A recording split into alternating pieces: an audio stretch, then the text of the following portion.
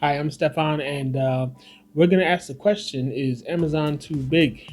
But before we jump into that, wanted to make a couple of announcements. First of all, I got a couple of reviews coming. One will be for a company called Biz. Uh, ah, Let me try that again. Um,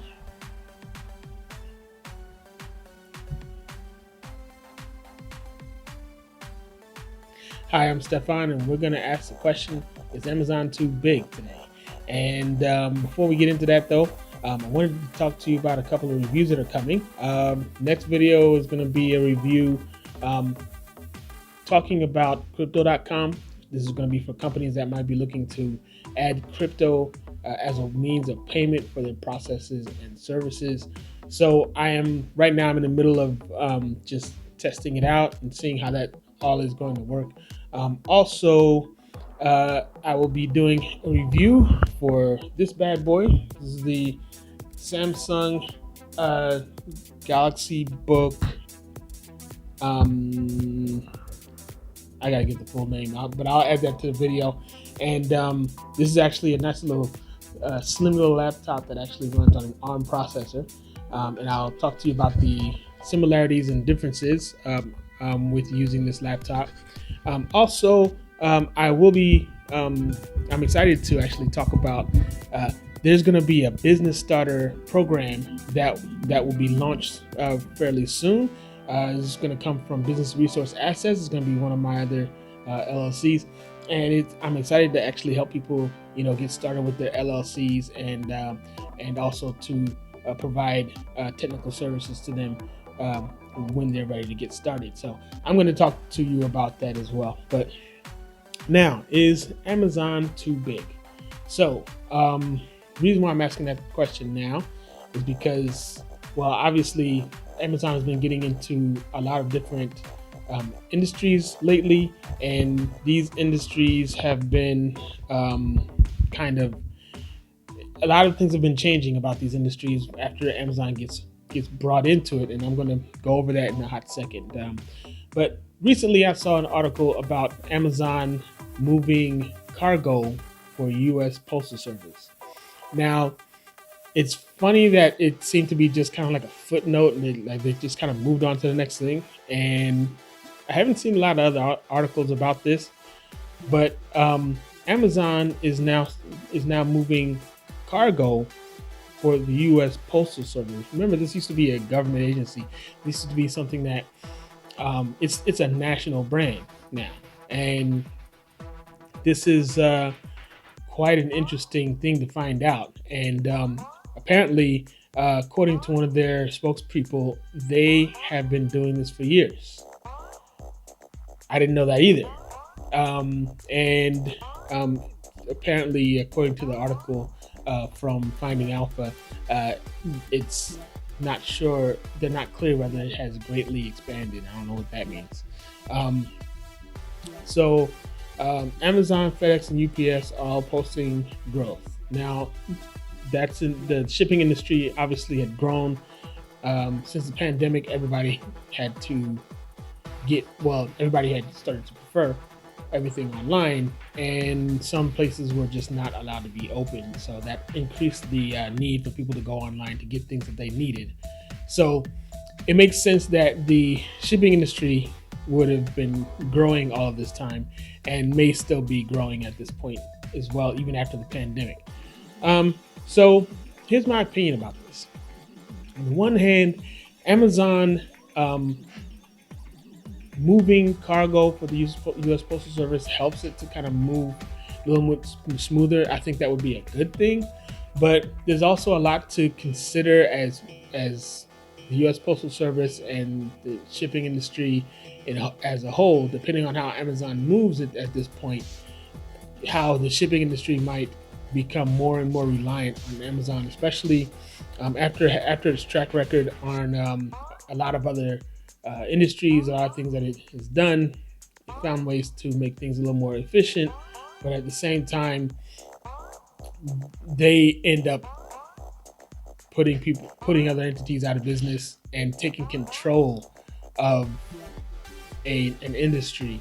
And there's also, to that point, there seems to be also some antitrust activity going on. Um, Obviously, Apple and Facebook are having, there's articles about Apple and Facebook having antitrust suits being brought against them. It appears that, according to a New York Times article, that last month DC's Attorney General had brought an antitrust lawsuit and wants to use Amazon as a template because Amazon has gotten into certain things and has kind of started to rule those things. And okay, granted, a company comes into a market and then dominates it, probably because, before they got big, it's probably because they started to do things that were remarkable, things that you know, people didn't want to shop online for. For instance, back when they first started, you bought a book. If you were to buy a book online and you have to wait, it's just kind of like, okay, well, how's Amazon any different than any other bookstore out there? So they differentiated themselves with Prime. And so basically people were paying their shipping ahead of time by paying a monthly fee or an annual fee. And then they get their books in 2 days. And that just made a whole world of difference in terms of that and other retail uh, places or sectors. Um, People were still going to the store for a while, but then this ability to get something in 2 days when you shop online really kind of changed things when it came to buying things online. And it got to a point now where even if it's a third party, they tell you it's going to take 5 days to get your stuff. You're kind of like, why am I paying for this? Why am I buying it here? Then the next thing you'll start thinking of is, well, I'm paying for it for Prime. Let's see if it's on Amazon. You know, if you're not like the many people who just go directly to Amazon first anyway, because you can order it, it's going to be there in a couple of days or a day in some cases, and you don't have to suffer without the product that you ordered and paid for already. So with stuff like that, pricing policies, making it difficult for companies to do to I guess really makes it difficult for each company to build a relationship with the customer, because then it makes it so that the company can compete a little bit harder on Amazon. And things can be brought up about things like that too. But I think at this point, Amazon has their toe, well, not even their toe, they have their feet in a lot of different things. They got a bunch of feet. And they're a competitor in a lot of different ways. And it's all one umbrella and a lot of, and I think some of the lawmakers are starting to look at this and see if there's a way to break some of this up, because it is causing some issues with competition. It's making it a little bit more difficult for other retail companies to compete, because they've gone so far. They've taken the football beyond the end goal. They took it through 3 different football fields, and people are still trying to hike the ball in competition to Amazon. So it's going to be interesting to see what happens here, and to see what other moves Amazon begins to make in the industry. And once again, leave your comments in the comment section. What do you think about the whole Amazon? Is it too big? Are they doing just right? Is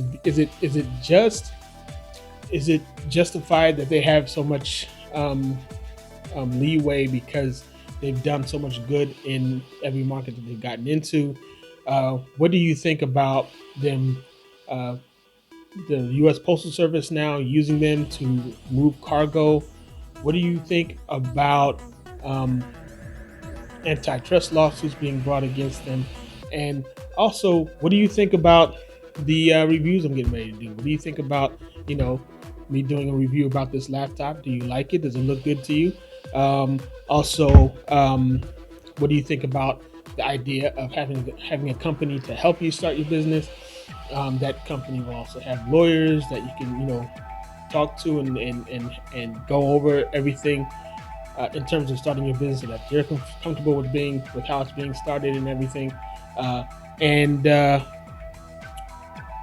What do you feel about possibly accepting crypto um, as a merchant? So leave your comments in the comment section below, and I'll see you next week when we start talking about some of these reviews. See you later.